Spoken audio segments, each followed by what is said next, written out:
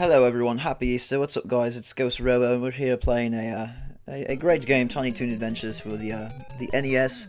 I thought it was a good time this holiday to bring out a moldy oldie, so we're playing the lovely Tiny Toon Adventures, which I absolutely loved back on the original Nintendo Entertainment System. The game is very brutal, very difficult, and very senseless, but you get to be a duck, a Tasmanian devil, or a weird, pathetic cat, so I figured we'd play this, and you know, on Easter, Christ is supposed to rise, or whatever nonsense they say, but the only thing that's rising for me is my to-do list, besides all the fun that I have going on with Portal 2 and Mortal Kombat. I've got plenty of other things on my plate. I've got lots of emails to write, got lots of annotations to write on the videos. You know, after I upload all the videos, I have to go and put like the part 4, part 6, part whatever, so that takes a while. Look, we changed into a duck. Pretty awesome. But I also have lots of things to do. I've got my AAU basketball team, my travel basketball team. They're a 12th grade team, and they need an offense to run. And we have our first tournament next weekend, and so I've got to come up with an offense by Tuesday. That's our next practice time. So we complete the first level, get the lovely bird, and we make our way forward. This game is quite incredible, actually. I would definitely recommend checking it out if you have access to an NES or access to any computer at all. This duck here has a superpower of flapping his arms a little bit extra for some extra oomph in his jump. And actually, if you look closely, sometimes he'll look at the camera and give you a little cute wink and maybe make eye contact with you. You know, oops, that's a death.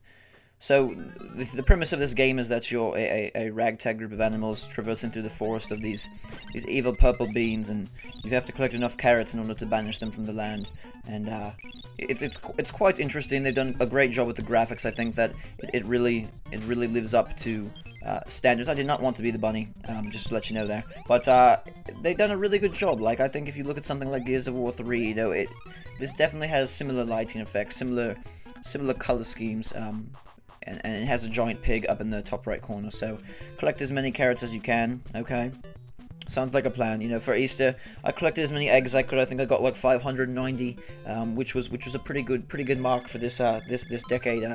You know, in 2010, I probably had more like 720, but 590 is a pretty good mark here. So as you can see, we have 0 keys. We have 172 seconds to complete this level, and we have 27 gosh darn carrots. And Bugs Bunny, or Baby Bunny, or whatever this stupid bunny's guy's name is, his power is that he can jump high, which isn't much of a power. Oh my! Weight throwing dog. God, I see these at the gym all the time. Unfun, dangerous, and despicable.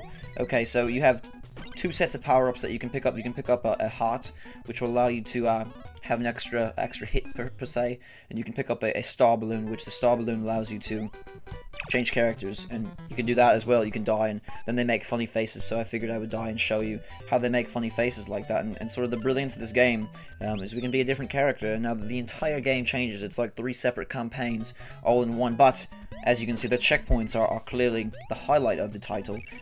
They run from atrocious to awful, and that just makes me smile. So we picked up the heart power up there, and now we get to go through the level once again. I will run my way through, so I don't bore you with any gameplay. You know, people hate repetitive gameplay. They hate when you stall. They hate when you waste time trying to solve a difficult puzzle. And like for example, this puzzle. How do we clear this wall with that kind of jump? How do we clear this wall? So go back, and I'll shoot a portal over here probably, and then a portal up on top of that bridge, and then maybe, you know, if we run through here fast and make an extra jump, we can get. Oh, look, it worked. See, success. I'm like Albert Einstein. Freaking brilliant. Alright, so Tasmanian Devil, what's his power up, you wonder? I don't know. He can do that thing. But he's got a power meter, so you gotta be careful that you don't waste it off. You can slide down, so there's really no need for that power. Personally, I don't like to hurt the purple cats. They give off quite the stench when they disappear. This bird, he's kind of useless. He says that dope thing, and that's about all he's worth here. But yeah, things are piling up. I've got lots of emails to write. I've got an offense to make. You know, thankfully, my Portal series is nearing its conclusion. Actually, at least I think it's doing really well so far. I'm really enjoying the game. It's absolutely fantastic. Probably not as good as Tiny Toon Adventures, but it's quite good. So I'm looking for probably Dead Space 2 and Portal 2 to be the your Hampton. We already know that frickin' chump, stupid pig. I'm the purple one. Stop stealing my color. But Portal 2 and Dead Space 2 will probably. How many carrot? I don't want to give my carrot. Stop! Don't take my carrot. That's obnoxious. I wanted those for Easter. I wanted them for the bunny. Okay, so Portal 2. What was I saying? Dead Space 2, Portal 2. Those are probably my picks for what will be the first half of the game of the year contenders. I don't think much else will compete. But you saw that silly face there. I just wanted to show it to you that he has more than a happy smile. Sometimes, you know, people think, oh, everything is fun in games, and you just, you know, you run through life and you realize that people are usually angry and upset and frustrated, and this game really exhibits the wide range of emotional capabilities that you can design in characters. And it has a great story as well, you know, again, ragtag bunch of animals trying to save the area from these smelly god-darn cats, and yeah, that was great, home. We died again. What do you think about this? Okay, so now the brilliant part of this entire game is now we get to go back and be this guy, and we're gonna play through the same level again. Now this is something that the designer, when I was watching some preview coverage, he said was kind of his favorite part of the game, was that, you know, each time you die, you don't save your progress. You get to go all the way back to the beginning, and so it's like a whole new game. Like, you get to start fresh. Like, you know, instead of being, you know, 3 hours or 4 hours, the game will probably take you like 8 or 9, because you just die and go back to the beginning of the stage. And I was like, wow, that's freaking brilliant, you know, more games should do that. Crisis 2, why they put the checkpoints so close? That just shortens the length of the game, and it's actually kind of silly. But this game, you know, they don't pull any punches. I don't know what his power is. I think he can slide weird, like crawl like this, like, ooh, crawl like this, ooh, crawl, oh yes. I think he can hold on walls. Can he hug on walls? Let's see. Can you hug walls? Oh yes, you can hug walls. That's genius. My cat couldn't do that. Alright, does this look familiar to you? Yeah, we're back in the same door. There's the same bird. There's the same stage clear. There's the same time. There's the same score. But you know, it's really good design. And I was reading about this in the Edge magazine, and they were saying that, you know, Tiny Toons Adventures probably sets the mark for checkpoints, and you know, you can look forward to many more games having similar checkpoint structures to increase the length of the game and give you more bang for your buck, because, you know, gas prices are high, everything's high, and so people really want the value proposition that you ain't getting from games like a Portal 2, which saves every autosave. I mean, come on. Excuse me, I'm saving my carrots. I'm not talking to Hampton this time.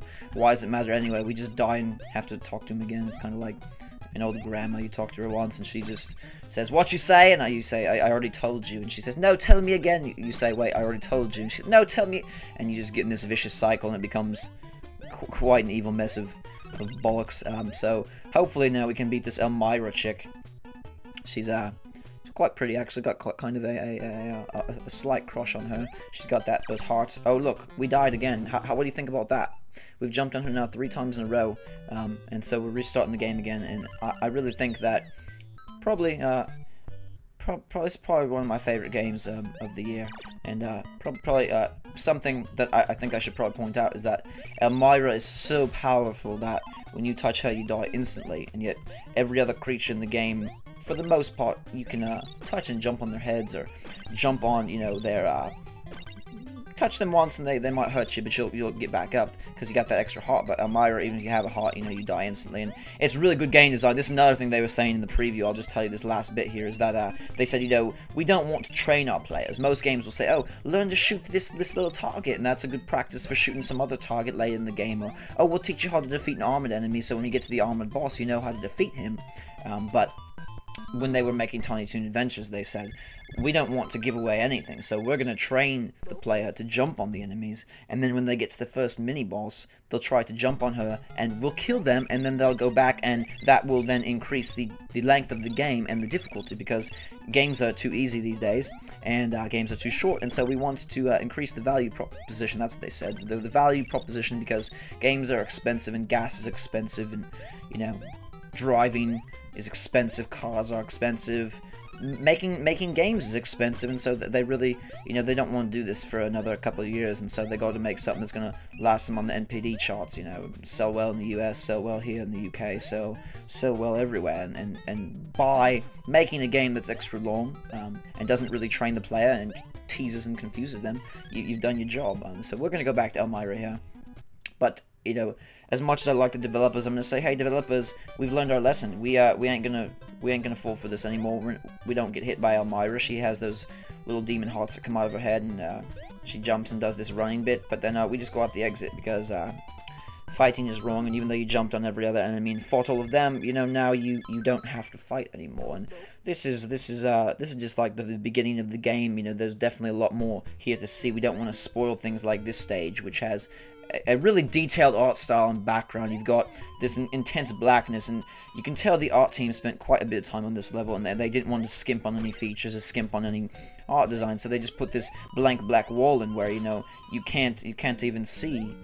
You can't even see the brilliance of the art design. It's kind of like a psychological thriller. You don't know what's coming, and therefore you're freaked out. And it's really a brilliant art style, and I think that they probably spent most of their time on this level, just because you can see the intensity of the black, and how much detail there is in that blackness. But you know, this is Tiny Toon Adventures. I think it's quite the game. They've got lots of enemy types. They've got lots of good puzzles. They have terrible checkpoints that increase the length of the game, and so you're always gonna guarantee that you're getting a lot of game for your dollar, and I think that's what's important. So I want to thank you very much for watching. You know, I really appreciate it. Hit that like button. It's Easter. Happy Easter. Rise the likes like Christ rises and rises and rises and rises. How do you say that? Rises? Rises? I don't know.